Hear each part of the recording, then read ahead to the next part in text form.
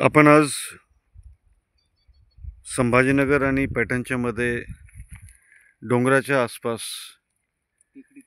टेकडी तांडा ह्या गावी आलेलो आहोत पवारांकडं. पवारांनी 18-19 महिन्यापूर्वी ही डाळिंबाची बाग विकसित केली आहे. आता ह्या बागेचं पुढचं नियोजन काय असावं याविषयी पवारांशी मस्के साहेबांची चर्चा होणार आहे. तर आपण बघूयात त्या चर्चेमध्ये काय डिस्कस होतं. राम राम. नमस्कार. आपलं नाव मी अर्जुन पवार, राणा डोंगराव टेकडी तांडा, तालुका पैठण, जिल्हा संभाजीनगर. मी हे झाडं लावून मला एक 18 महिने पूर्ण झालेले आहे. तरी मला ह्या म्हणजे डाळिंबाबद्दल की परिपुक्त माहिती भेटलेली नाही आणि मी अजून कोणाकडून घेतली पण नव्हती. तर मला असंच एक ग्रुप भेटला, त्यामध्ये मी त्या ग्रुपमध्ये ॲड होतो. तर आपले हे सर, त्यांचं नाव आहे योगेश मस्के. की त्यांना मी एक रात्री कॉन्टॅक्ट केला. तर त्यांना म्हटलं, सर आपल्या झाडाकडे तुम्ही एकदा व्हिजिट मला धरायची आहे. म्हटलं तुम्ही एकदा बघा की असं डेव्हलप झाडं करण्यासारखे तर आपण धरू, नाही तर पुढं धरू तुमच्या हिशोबाने. ते तर सरांनी आता माहिती दिली मला. बघू आता सर जसं बोलतात तसं करू आपण. आज आपण अर्जुन पवार यांच्या शेतात आलेलो आहोत. ही झाडं 18 महिन्याची झालेली आहे, पण या झाडामध्ये अजून मॅच्युअर्ड काडी नाही आहे. झाड अजून तसं परिपक्व बनलेलं नाही आहे की आपण त्याला व्यवस्थित बार धरू.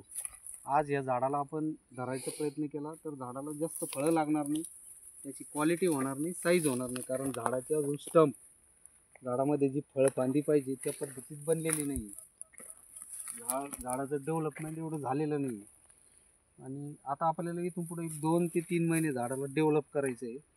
आपला थोडा खर्च होणार आहे, पण बाग व्यवस्थित डेव्हलप होईल, जेणेकरून त्याची फळफांदी वाढेल, फांदीतली ताकद वाढेल, खोड मजबूत होईल, झाड मजबूत होईल आणि झाडाची जी मॅच्युरिटी म्हणतो आपण, जी फळ धरण्याची जी क्षमता आहे ती बनून जाईल.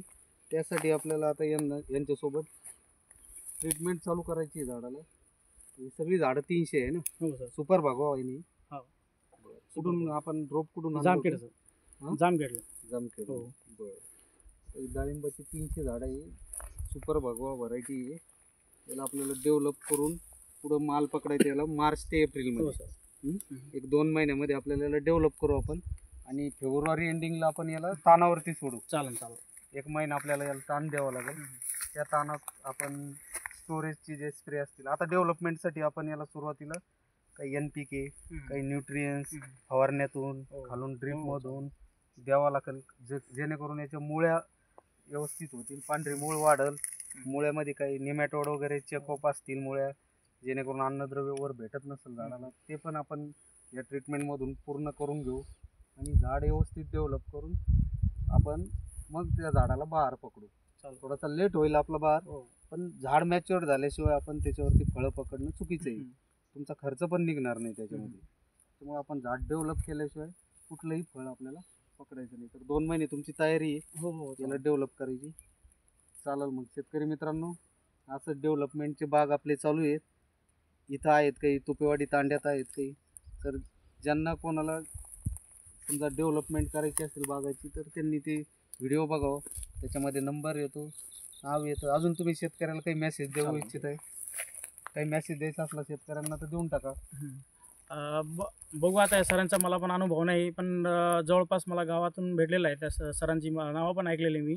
पण आता बघू, जेव्हा आपल्या झाडाचं रिस्पॉन्स भेटेन आपल्याला, तेव्हा मी पण त्यांच्यावर विश्वास जास्त धराल. ठीक आहे, धन्यवाद. बरं. आणि आपण ही झाडं डेव्हलप झाल्यानंतर प्रत्येक स्टेजला आपण एक व्हिडिओ काढत चालू.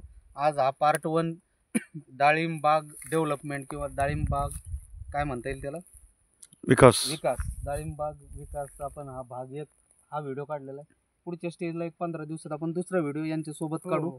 त्यावेळेस आपल्याला झाडात कंडिशन वेगळीच राहील, ती आपण शेतकऱ्यांना लाईव्ह दाखवू. त्यात शेतकऱ्यांचं पण मनोगत राहील की आपण खर्च किती केला आहे, काय केला, कशा पद्धतीत काय दिलं. आपण ती सर्व व्हिडिओद्वारे शेतकऱ्यांना प्रॅक्टिकली दाखवू. जी झालेली सुधारणा आहे बागेत ती पण आपण व्हिडिओद्वारे दाखवू शेतकऱ्यांना. तरी शेतकऱ्यांनी सर्वांनी हा व्हिडिओ बघावा, चॅनलला सबस्क्राईब करावं, लाईक करावं, कमेंट करावं, शेअर करावं.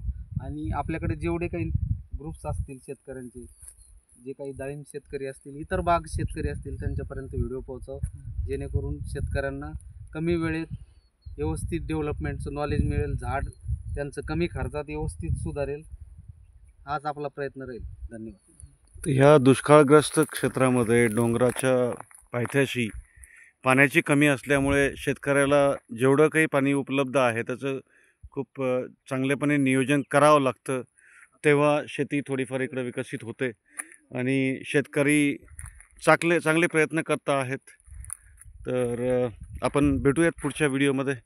ह्या चॅनलला लाईक करा, शेअर करा, सबस्क्राईब करा आणि तुमचे शेतकरी मित्रांना किंवा जे विद्यार्थी आहेत जे शेतीचे शिक्षण घेतात त्यांनासुद्धा हा व्हिडिओ बघायला तुम्ही प्रेरित करा, जेणेकरून चॅनल तुमच्या जवळ असेल.